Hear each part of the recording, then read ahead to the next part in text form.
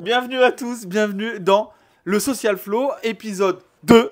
C'est marqué là. J'avais décidé d'appeler Momo. Il m'a dit, bah attends, j'arrive, je débarque. Tout ça, je suis venu, j'ai fait quand même 7 heures de route juste pour cette émission qui va durer 20 minutes. Alors vous avez intérêt de partager en masse, quoi. Ouais.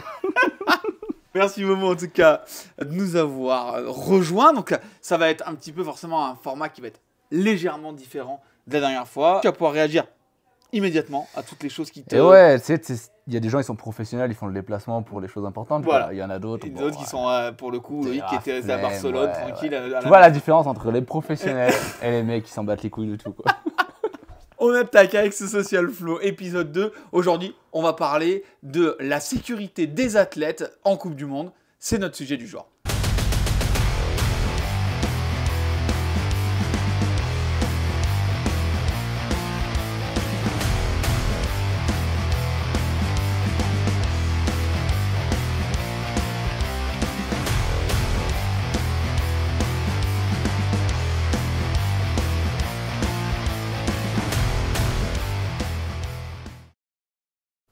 Action. Bon, on va parler du contexte.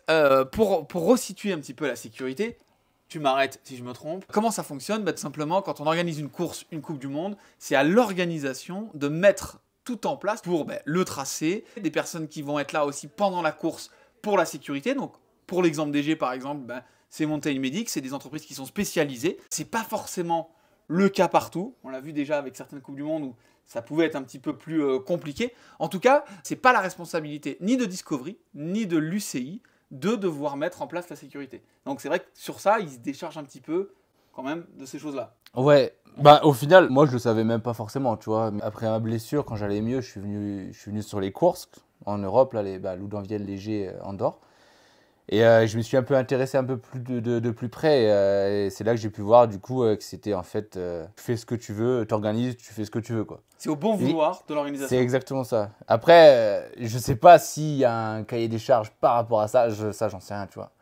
Mais en tout cas, c'est selon chaque course, ça change, quoi. Et ça peut être le bordel. Voilà. Alors le cahier des charges, il est assez simple. L'organisation doit mettre en place une activité de secours, c'est-à-dire qu'ils doivent être capables de récupérer les athlètes n'importe où sur la piste. Ça, c'est une chose importante, par n'importe quelle météo, etc. D'où la présence d'hélicoptères parfois. Et aussi, notamment, de mettre en place à disposition des signaleurs. On rappelle que les signaleurs qui sont aussi là pour votre sécurité, même si c'est pas directement comme un docteur qui est là pour la blessure, ça reste quand même des gens qui font partie de l'organisation. Le petit problème avec ça, peut-être, c'est que souvent, c'est des jeunes, c'est des bénévoles.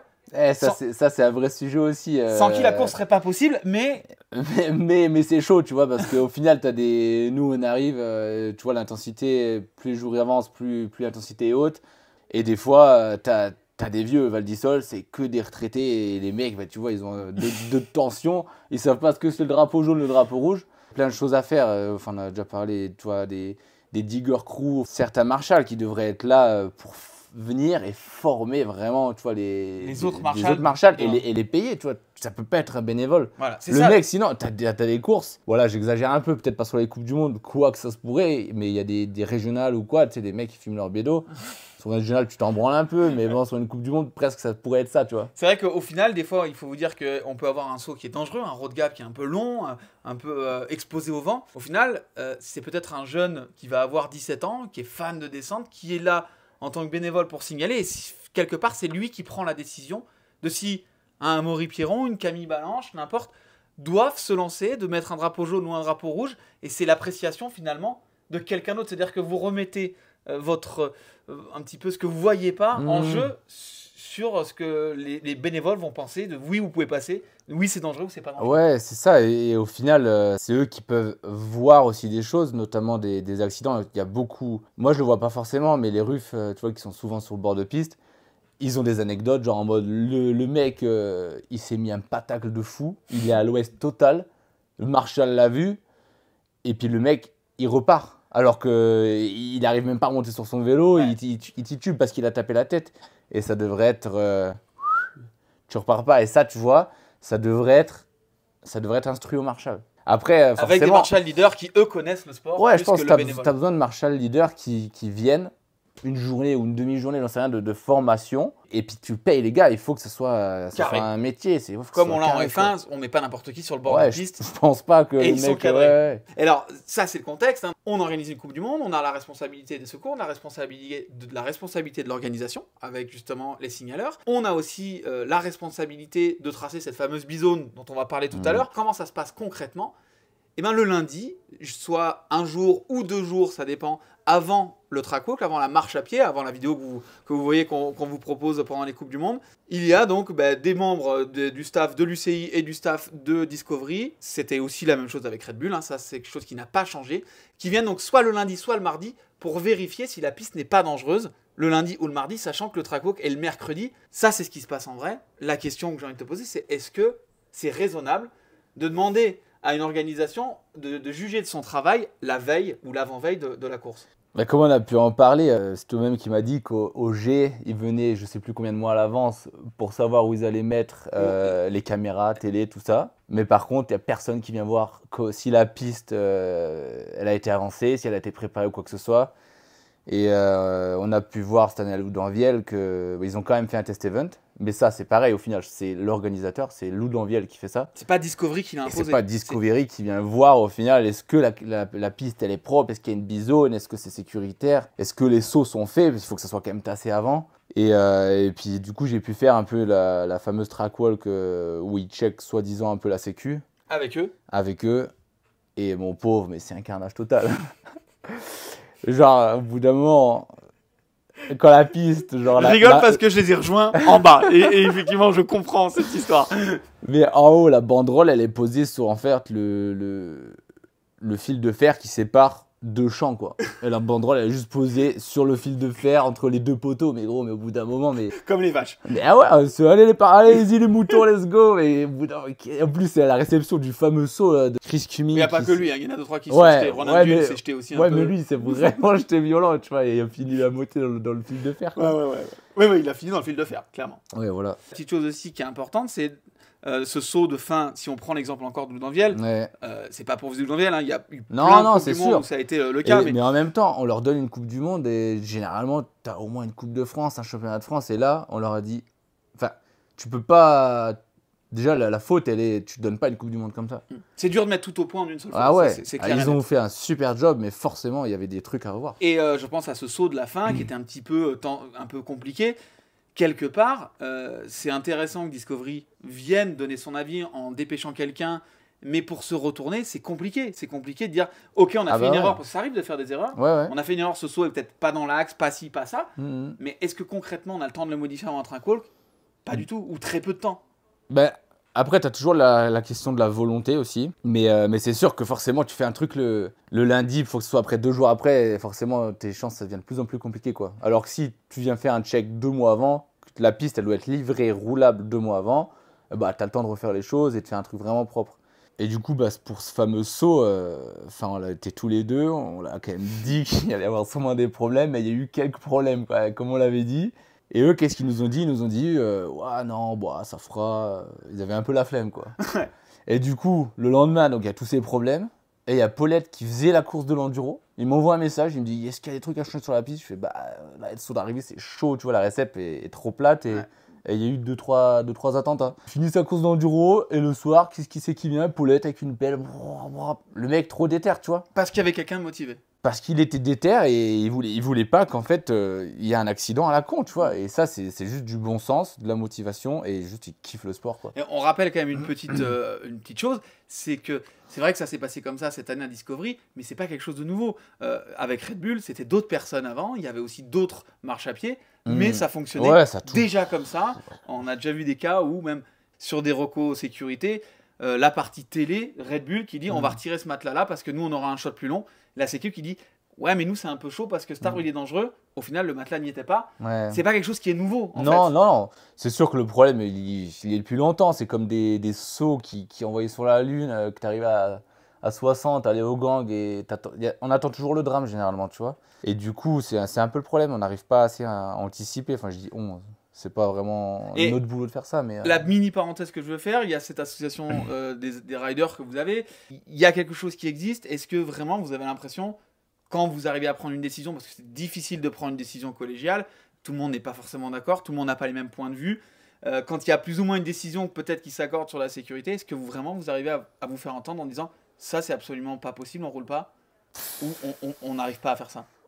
C'est mon point de vue, mais j'ai l'impression qu'on met un peu des coups d'épée dans l'eau, tu vois. On fait des votes entre nous, ouais, voilà, ok, on a voté, on voudrait ça, on voudrait ça, on voudrait ça, mais c'est compliqué de vraiment se faire écouter, d'avoir une force de parole importante, tu vois. Alors qu'on est les riders au final, Vous êtes la course. mais ouais. Mais au final, si on va jamais poser d'ultimatum, si on va jamais dire, bon, ok, là, il y a ça, et ben on prend pas le départ, ce qui est compliqué vu qu'on est, pour le coup, on est beaucoup de riders, donc impossible que tout le monde soit d'accord là-dessus. Et il y en aura toujours qui diront, Et il y en aura si lui il prend pas, moi je vais le prendre. Et puis parce que... il y a la pression des sponsors, qu'est-ce que tu fais, qu'est-ce que tu prends pas le départ, au bout d'un moment, enfin tu sais, c'est vraiment délicat. Donc il y a un statu quo qui se forme. Mais ouais, ils essayent de nous écouter quand même, ils font évoluer les choses petit à petit. Mais ouais, c'est sûr qu'il y a quand même des gros steps à passer, je pense.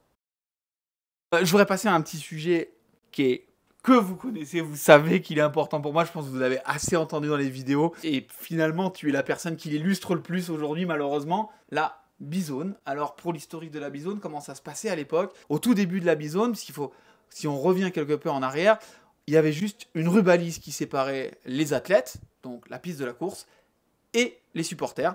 Ensuite on a créé des zones, d'où la bizone. C'était des endroits un petit peu dangereux, où on savait que ça pouvait sortir. Donc on avait des zones où il y avait une double rubalise, seulement sur une certaine zone. Et puis ensuite on a évolué vers 2 couloirs qui longeaient la totalité de la piste. Donc là c'est pas si vieux que ça, hein, où vraiment il y a eu 2 couloirs vraiment très distincts. C'était plus des zones, mais bien des couloirs qui longeaient. Aujourd'hui on va vers un élargissement. De plus en plus le Discovery a cette volonté d'élargir la bizone pour éloigner un peu le public. À tort, à raison, je ne sais pas. En tout cas c'est pour essayer... avec la disparition de la rubalise, d'éclaircir un petit peu le champ pour que ce soit plus joli au niveau de la télé. Malheureusement, la bizone est encore assez meurtrière. Elle était jusque-là, jusqu'à 2024, par régie. On a là, pour 2024, pour la première fois, une règle qui mentionne cette bizone et qui précise bien qu'il faut que la bizone soit propre et nettoyée. On a eu le cas avec toi, Momo, notamment Allen the Ride. Quel est ton avis là-dessus? Moi, je vais pas te poser la question, je vais pas aller plus loin dans ma question parce que sinon je vais t'influencer, parce que vous connaissez mon avis sur cette bizone. Pour toi, qu'est-ce que c'est qu'une bizone en course? À quoi elle doit ressembler? Comme tu dis, ça a déjà évolué depuis certaines années, mais et moi je me suis pas forcément posé la question parce que comme je te dis, enfin au bout d'un moment je suis pilote, je viens sur une course, c'est pour faire la course. Pas pour régir le sport. Et je me pose pas les questions de est-ce que ça c'est dangereux. Quand je fais une reco à pied, je regarde la piste, quoi. Je regarde pas ce qu'il y a à côté. Parce que t'as pas envie d'aller à côté généralement, tu vois. Tu sais, il y a déjà tellement de paramètres à regarder sur la course, parce que sur la course, tu as déjà des petites souches qui sont déjà sur le tracé, des racines, des cailloux, enfin bref, c'est déjà le bordel. Il faut s'imaginer les traces, qu'est-ce qui va marcher, qu'est-ce qui va pas marcher, comment ça va creuser. Et si en plus, il faut que tu regardes, ah putain, faut vraiment pas que je me sorte là, bah là, t'as pas fini, quoi. Moi, je regarde, quand je vais à Morzine, je regarde. Tu vois, ouais, oui, bah, c'est sûr, s'il y a une falaise de 300 mètres, tu te le dis, quoi. Mais au bout d'un moment, je pense que c'est clairement pas notre boulot, quoi. Une bizone, ça doit être propre, surtout de nos jours. Tu sais, on n'est plus à l'âge de pierre, quoi. Je veux dire, au bout d'un moment, on n'est pas de la chair à canon qu'on envoie comme ça, quoi. Mais il faudrait peut-être quand même penser à vraiment essayer de nous protéger au maximum. Et je pense que simplement nettoyer une bizone, comme dans tous les sports, tu regardes le ski, les mecs ils glissent un moment avant d'aller dans les filets. Et il y a 3 filets. Il y a 3 rangées de filets. Et quand ils sont contre, c'est une bâche, tu vois, ils glissent contre la bâche. Nous, c'est quand même vraiment, vraiment limite. Préhistorique. Des fois, ouais, préhistorique. Des fois, tu roules rafilé. Je vais pas citer encore des exemples, mais des fois, t'as tes virages serrés, le matelas contre l'arbre. Donc potentiellement, tu peux taper quand même l'arbre, on met un matelas, mais on met le filet autour du matelas, histoire de mettre le guidon dedans, quoi, tu sais.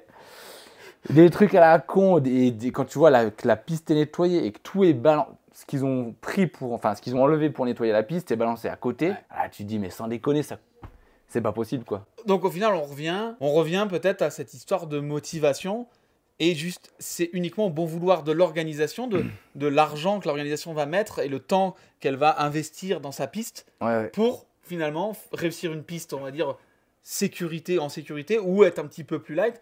Du bon sens, de la motivation, il faut l'avoir en tête. Tu digues la piste, mais si tu penses pas à sécurité, il faut qu'à un moment quelqu'un te le dise, tu vois, il faut que ça soit quand même écrit ou ou qu'on te le rappelle. Enfin, c'est quand même un sujet important, je pense. Il faut que ça soit rappelé, qu'on mette le point dessus, tu vois. Et une piste de vélo, c'est quand même pas super compliqué. Quand tu regardes d'autres sports, de la moto, les mecs ils te construisent des pistes dans les stadiums toutes les semaines, c'est quand même du bordel quoi. Après, niveau sécurité, j'en sais rien comment ça marche. Je pense que nous, ça a l'air d'aller quoi. Et, mais nous, je pense que c'est quand même pas compliqué de cleaner sur. Pas partout, forcément, tu vois. Un dévers, tu vas pas cleaner le haut, ça sert à rien. Quoique, quand même un petit peu sur 1 mètre ou 2. Mais c'est le bas qui est quand même le plus important. C'est un peu du bon sens, tu vois. Au final, c'est juste que on critique des fois un petit peu la sécurité sur certaines choses. C'est juste que les choses sont peut-être pas absentes. Il y a une bizone, il y a des signaleurs, etc. Mais c'est peut-être un peu mal fait. Je prends l'exemple de Camille qui s'est fait mal sur parce qu'il y a du vent, le signaleur qui n'arrête pas, mais d'un autre côté, la course est en cours, donc c'est compliqué d'arrêter aussi, parce qu'au final, c'est des décisions qui sont un petit peu éparpillées par tout le monde. Il n'y a pas vraiment un chef qui dit là ça se passe comme ça, là ça se passe comme ça, et point barre. Et comme on en parlait tout à l'heure, pour les marshals, un crew de marshals qui serait là pour former les autres marshals, faudrait un crew de diggers à l'année qui viennent. Crew de diggers, c'est un crew de. Ouais, de mecs qui font les pistes. Voilà. Et qui viennent sur les courses, pour le coup, soit tu lègues vraiment à l'organisation, donc aux stations, de créer leur piste, mais il faut que ces mecs-là viennent 2 mois avant pour vraiment regarder ces aspects de sécurité, regarder si les sauts ça craint, et passer du temps. Parce que, tu vois, par exemple, en Andorre, je passe beaucoup de temps là-bas, ça souffle tout le temps. On le sait. En ski, ça souffle. L'été, tu vas te balader là-haut, ça souffle. Enfin, ça souffle 80% du temps. Tu fais pas des sauts hauts. Si tu veux faire des sauts, tu les fais rasants.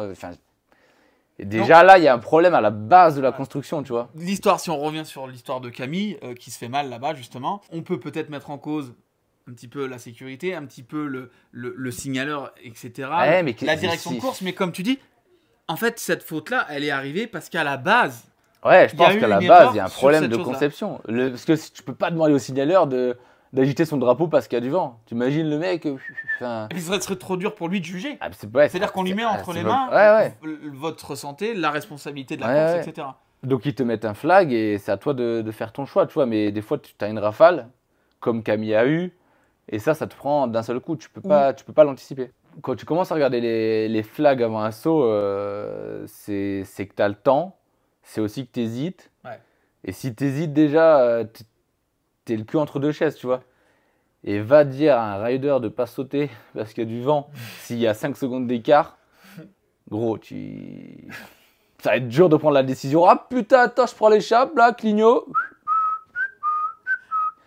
Tu prends l'échappe parce qu'il y avait du vent, t'arrives, tu peux perdre donc la course en général pour des trucs comme ça. Vous, si c'est ouvert, vous n'êtes pas là pour dire si c'est ouvert ou si c'est fermé. Si c'est ouvert, vous y allez. Ouais, à part si vraiment, tu vois, il y a déjà eu des coups lourdes. C'était, je sais plus quelle année. Et là, ça soufflait sévère. Et là, je me suis vraiment posé la question, tu vois.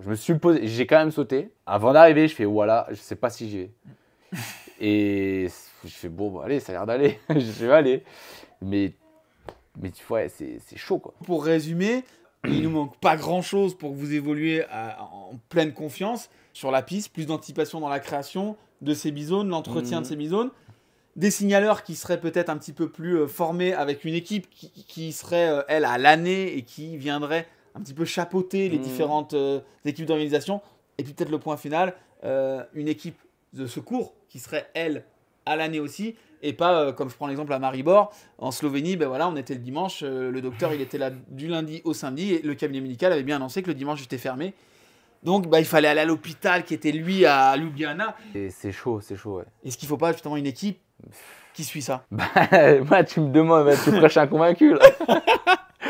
Non, mais c'est sûr que quand tu regardes d'autres sports, ils ont des semi-médicales, des semi-remorques médicales où c'est des semi-remorques et ils ont tout ce qu'il faut, scanner, radio, médecin qui va avec. Ils décident des commotions et toutes ces choses-là. Et ouais, donc là ils ont commencé à le mettre en place, mais tu sais pas s'ils l'ont mis en place pour qu'on les laisse un peu tranquilles. Au final, 1 semaine après, ça roule quand même. Mais c'est sûr qu'une semi-médicale, tu te blesses, tu vas faire ta radio, ton check. Le médecin, il te dit tu roules pas et t'es fixé. T'es pas là avec ton équipe à décider qu'est-ce que je fais. On prend ton exemple, tu savais pas après ton accident à l'Anxorite si t'allais rouler ou pas.